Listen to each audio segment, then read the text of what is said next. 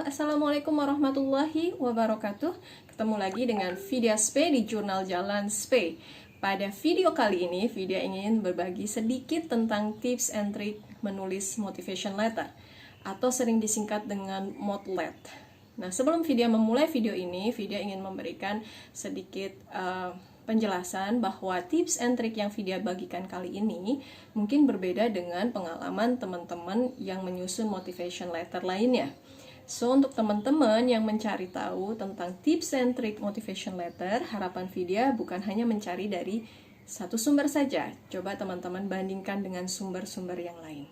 Oke, sebelum membagikan tips and trick, Vidya ingin menjelaskan terlebih dahulu. Apa sih motivation letter itu?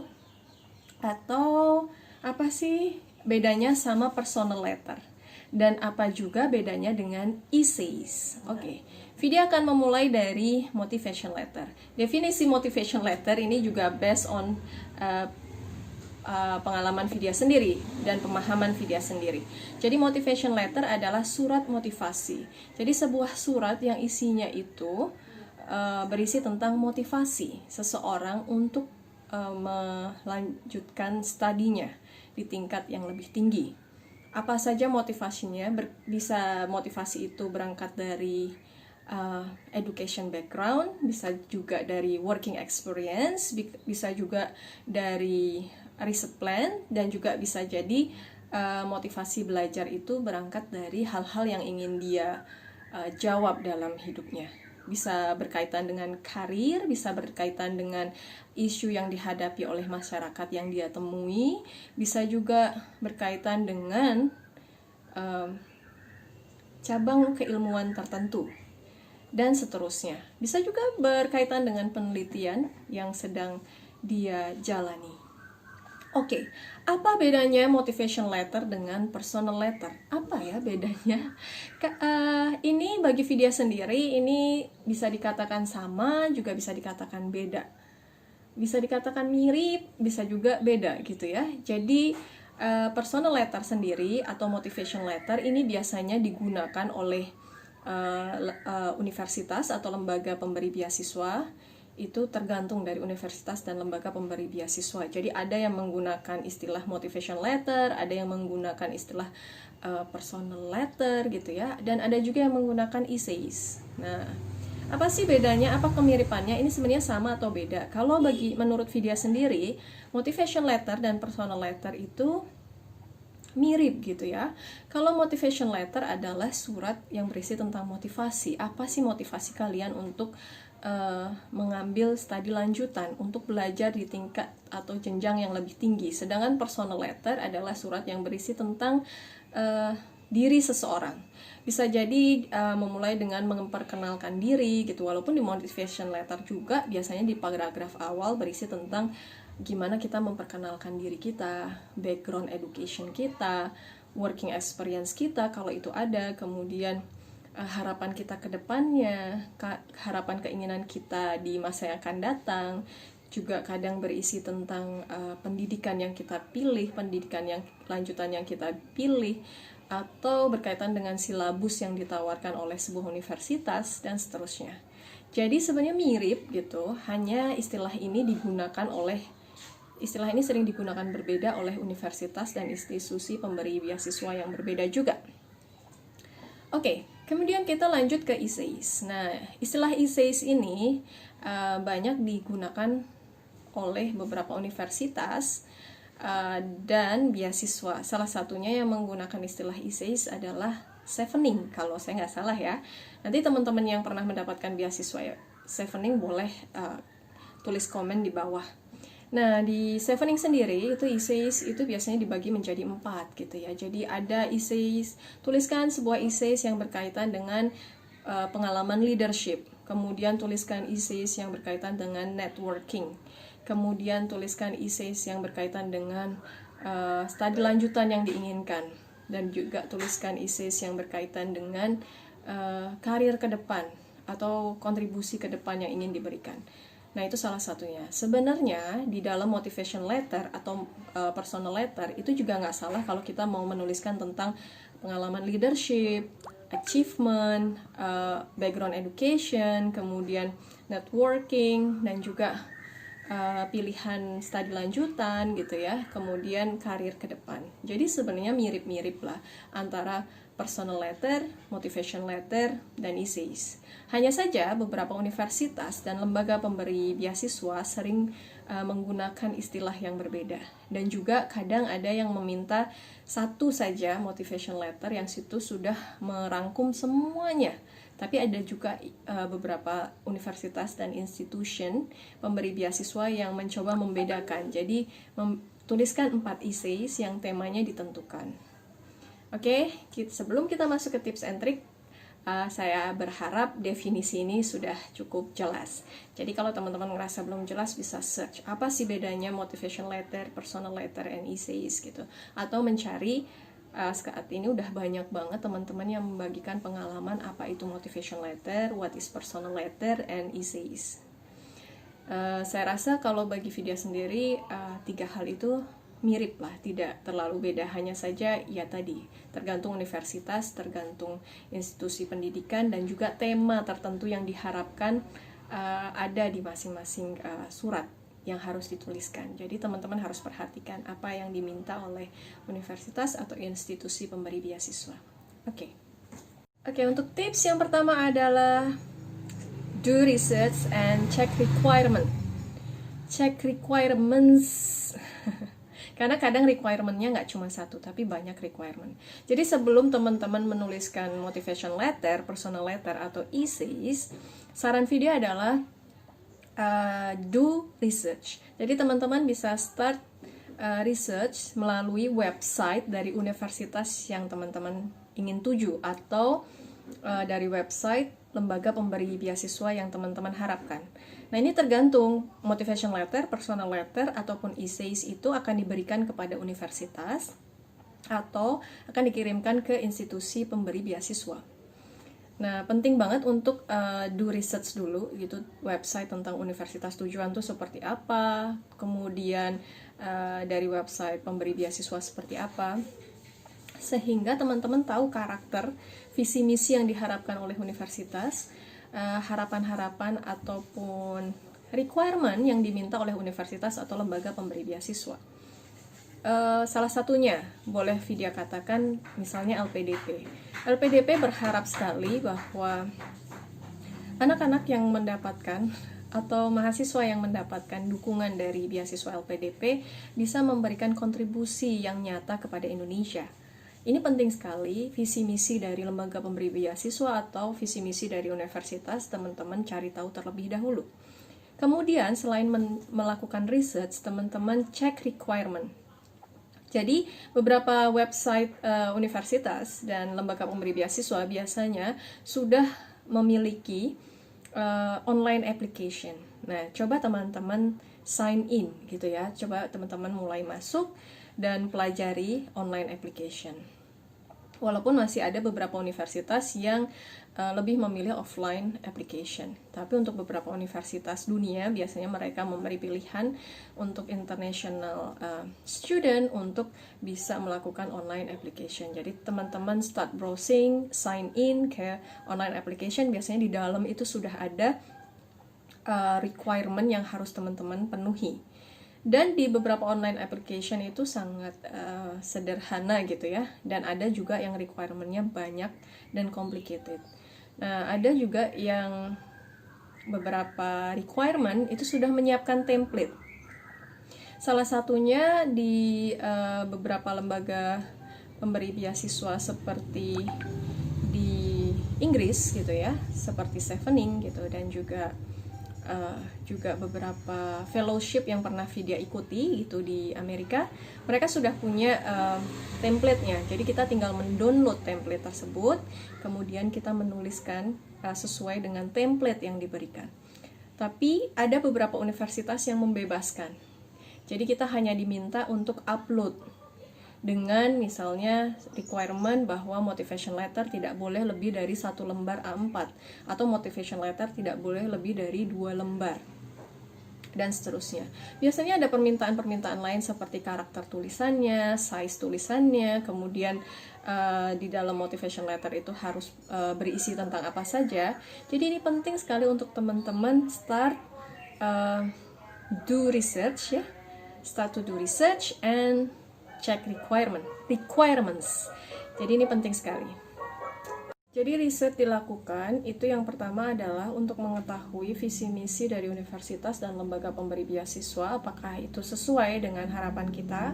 Yang kedua adalah untuk mengetahui requirement apa saja yang ada di baik offline application ataupun online application, sehingga kita memberi apa yang diminta oleh universitas dan lembaga beasiswa.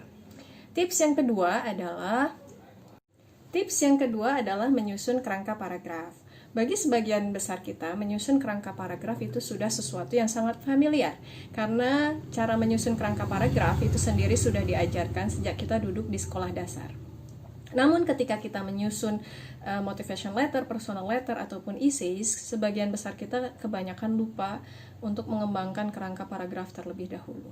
Akhirnya cerita yang ada di dalam motivation letter, personal letter, ataupun essays itu berulang. Jadi sesuatu yang sudah diceritakan di paragraf 1 diceritakan ulang di paragraf 2, 3, dan 4, dan seterusnya.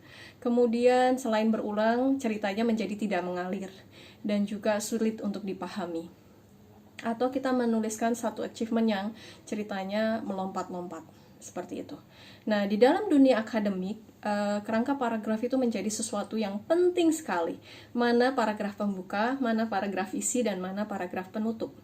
Jadi, dan juga mana paragraf conclusion ataupun kesimpulan.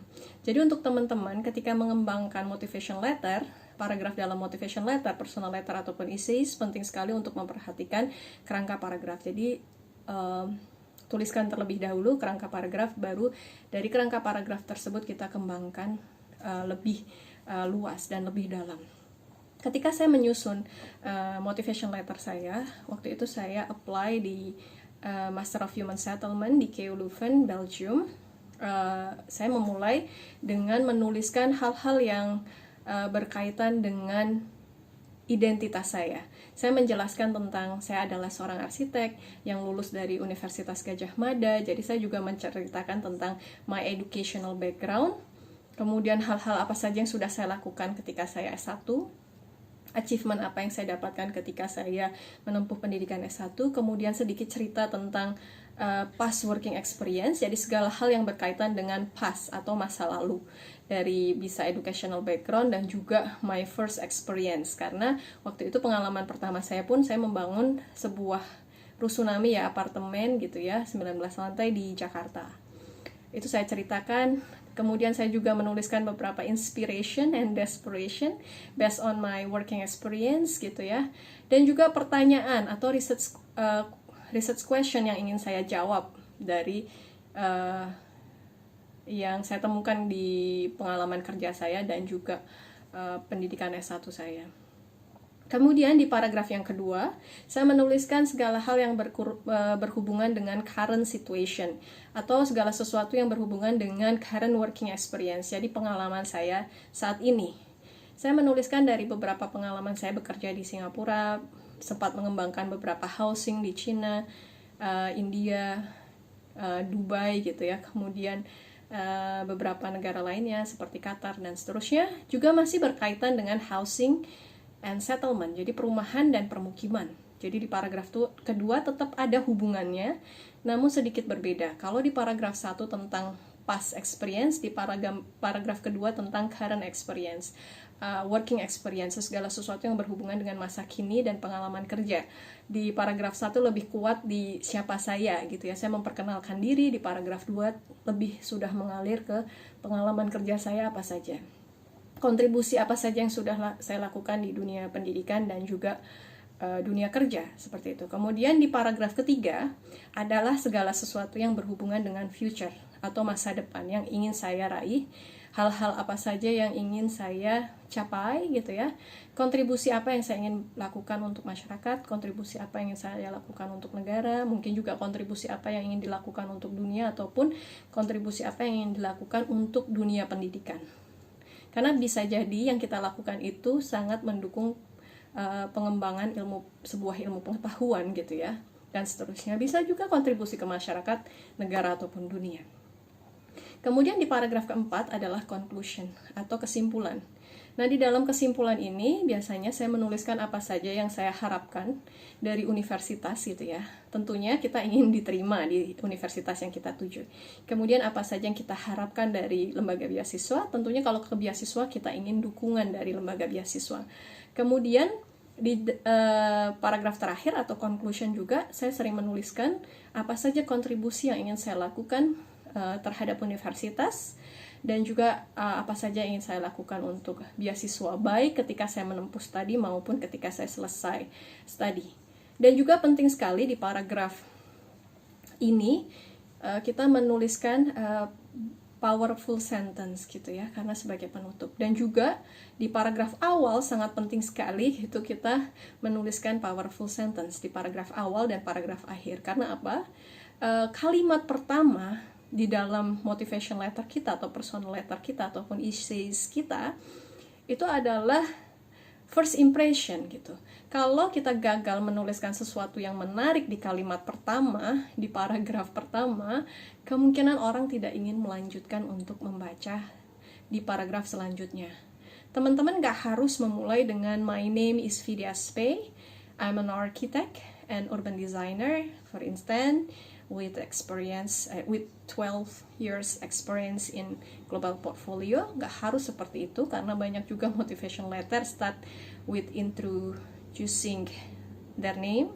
Teman-teman bisa juga start dari, kalau saya dulu, my inspiration and desperation from my first experience working for 19 floors apartment in West Jakarta, dan seterusnya. Lebih sesuatu yang berbeda. Jadi kalimat pertama di paragraf pertama haruslah sangat powerful, karena itu yang akan membuat seorang reviewer membaca ke sentence selanjutnya ataupun paragraf selanjutnya. Oke, kita lanjut ke tips and trick yang ketiga. Tips yang ketiga adalah start writing, mulai menulis gitu ya. Nih, ini sering banget teman-teman itu ketika menulis, deadline-nya masih lama. Jadi istilahnya tarso, bentar besok. Kenapa saya selalu bilang start writing? Tulis gitu. Walaupun kadang teman-teman gak confidence dengan kemampuan teman-teman menyusun kalimat dalam bahasa Inggris, it's okay. Start writing. Jangan berpikir dulu tentang grammar or structure. Pokoknya tulis aja. Kadang-kadang teman-teman gak apa-apa kok nulis half English, half Indonesian, half English, half Indonesia, itu gak masalah. Jadi tulis aja, atau setengah Inggris, setengah Indonesia, ada Koreanya dikit, it's okay. Yang terpenting adalah start writing. Ketika teman-teman itu sudah melihat paling gak ada 4 paragraf, itu teman-teman akan lebih bersemangat untuk nantinya memperbaiki grammar, memperbaiki structure, dan seterusnya.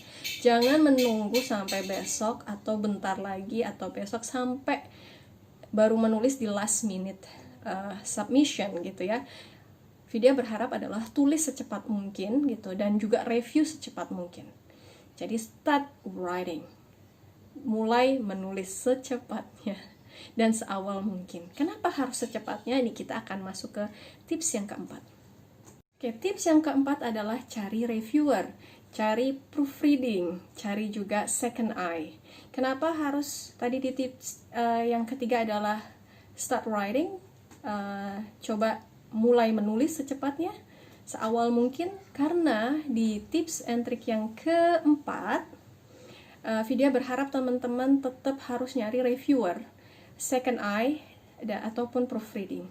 Nah, kalau teman-teman mau yang nggak berbayar, sebenarnya teman-teman bisa mengkontak teman-teman di sekitar teman-teman sekalian gitu ya. Sahabat teman-teman, mungkin tante, mungkin saudara, ataupun mungkin yang lain gitu ya. Intinya cari orang-orang yang teman-teman percaya bisa menjadi second eye, reviewer, ataupun proofreader. Jadi untuk mengecek tulisan yang sudah teman-teman tulis dan kembangkan. kenapa penting sekali gitu ya mengkontak beberapa orang untuk membantu mereview motivation letter, personal letter ataupun isi teman-teman. Nah, pentingnya adalah biasanya proofreader, second eye ataupun reviewer itu bisa melihat kesalahan. Misalnya, teman-teman ngelakuin kesalahan di structure. Beberapa kali saya membantu untuk menjadi proofreader ataupun second eye ataupun reviewer dari tulisan motivation letter teman-teman saya gitu ya. Saya menemukan penulisan structure yang salah dalam bahasa Inggris. Jadi kurang subjeknya, kurang predikatnya di sebuah kalimat, salah grammarnya dan seterusnya. Nah, kemudian adanya second eye, proofreader ataupun reviewer penting sekali untuk mengecek kebenaran bahasa Inggris, ketepatan bahasa Inggris teman-teman, strukturnya apakah sudah tepat, grammarnya apakah sudah tepat. Kemudian penting juga bagi reviewer, proofreader ataupun second eye untuk melihat apakah cerita itu mengalir menarik. Nah, kadang kita ngerasa bahwa cerita yang kita tuliskan itu sangat powerful dan menarik, tapi bagi orang lain belum tentu itu menarik. Bagi orang lain bisa berpendapat bahwa seharusnya paragraf keduamu ditaruh di paragraf pertama karena paragraf keduamu lebih powerful daripada yang pertama. Atau orang lain bisa bercerita, hey, achievementmu yang ini lebih menarik gitu, your international achievement ini lebih baik di awal gitu ya. Ceritamu tentang perjuanganmu dari desa pindah ke kota itu lebih powerful, put it at the first sentence at the first paragraph. Jadi bisa jadi reviewer, second eye ataupun proofreader akan memberi saran-saran berkaitan dengan cerita. Jadi your storytelling gitu ya. Nah, selain grammar, structure gitu, terus kemudian juga gimana storytelling teman-teman, apakah sudah mengalir atau belum, dan juga penting banget mendapatkan review berkaitan dengan apakah cerita saya berulang-ulang, apakah Anda paham gitu. Saya sering banget membantu membaca beberapa essays, personal letter ataupun motivation letter dari beberapa teman.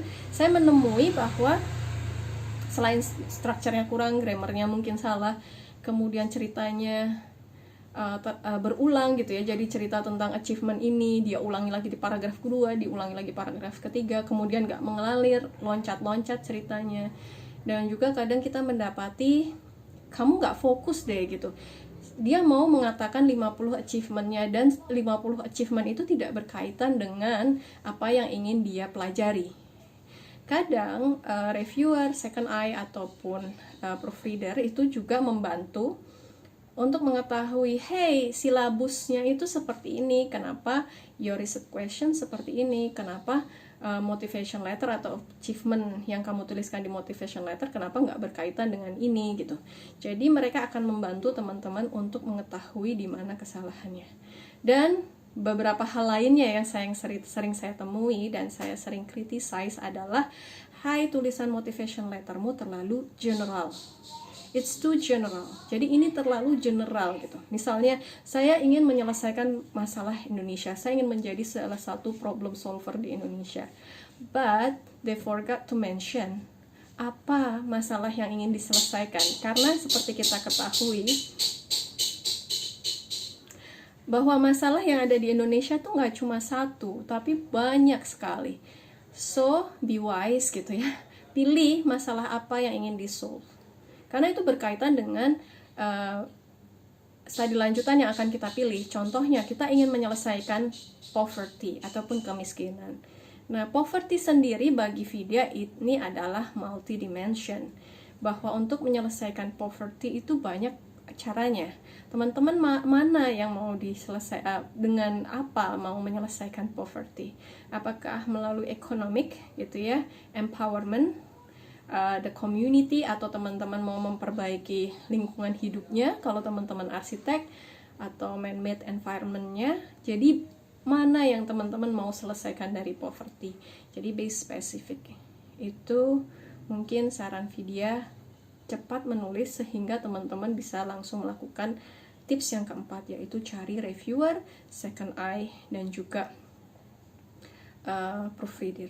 Nah, kenapa harus sesegera mungkin? Karena kadang proofreader ataupun second eye ataupun reviewer yang teman-teman kontak itu orang-orang yang sangat sibuk.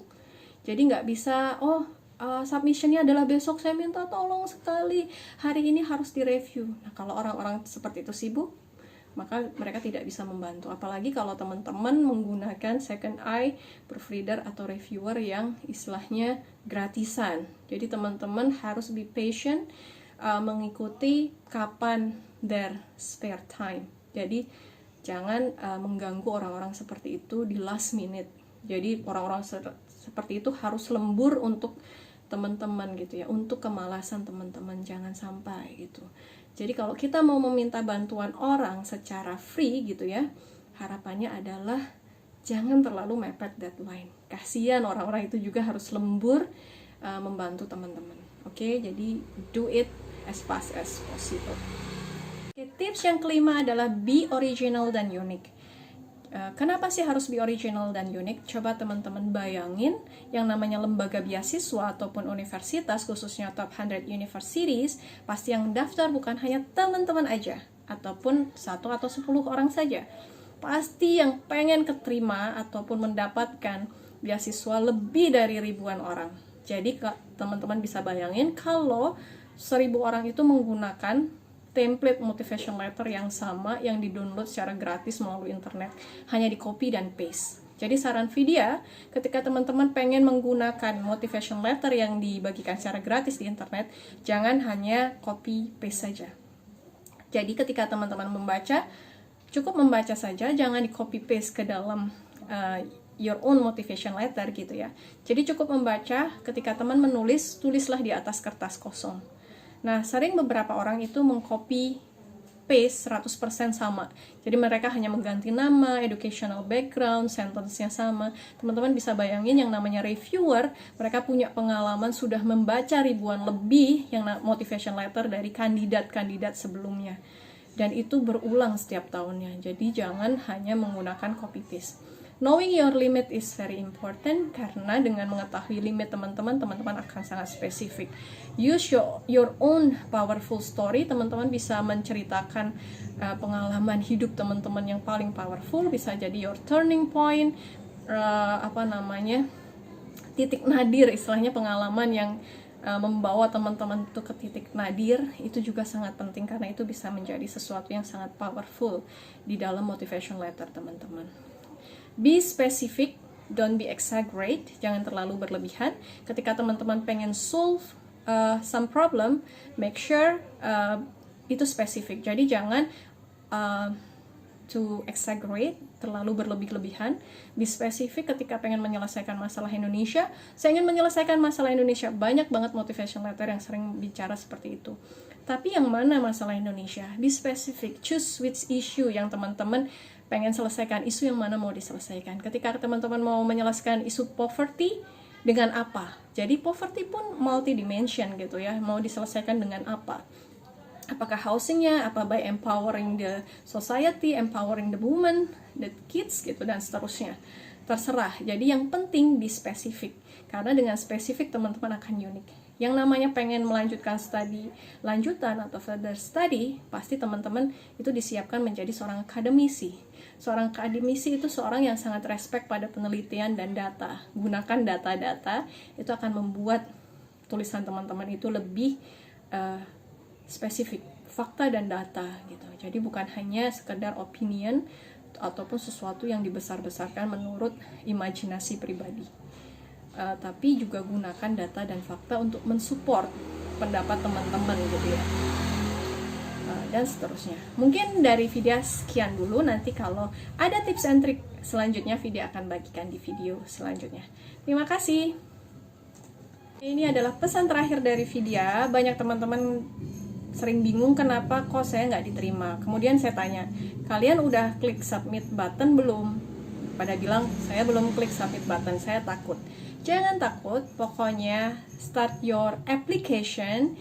Jadi mulai dengan aplikasi kalian, bisa itu offline ataupun online, tergantung dari universitas tujuan dan lembaga pemberi beasiswa. Kemudian complete all the requirements gitu. Jadi lengkapi semua permintaan dari universitas maupun lembaga pemberi beasiswa.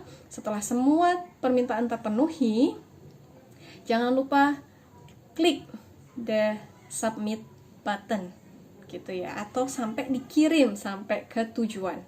I wish you all the best. Ganbatte kudasai. Semoga sukses untuk semuanya. Untuk teman-teman yang punya pertanyaan berkaitan motivation letter, just write comment di bawah, ataupun juga bisa send email to me. Bisa juga kontak via Instagram. Terima kasih semuanya. Wassalamualaikum warahmatullahi wabarakatuh.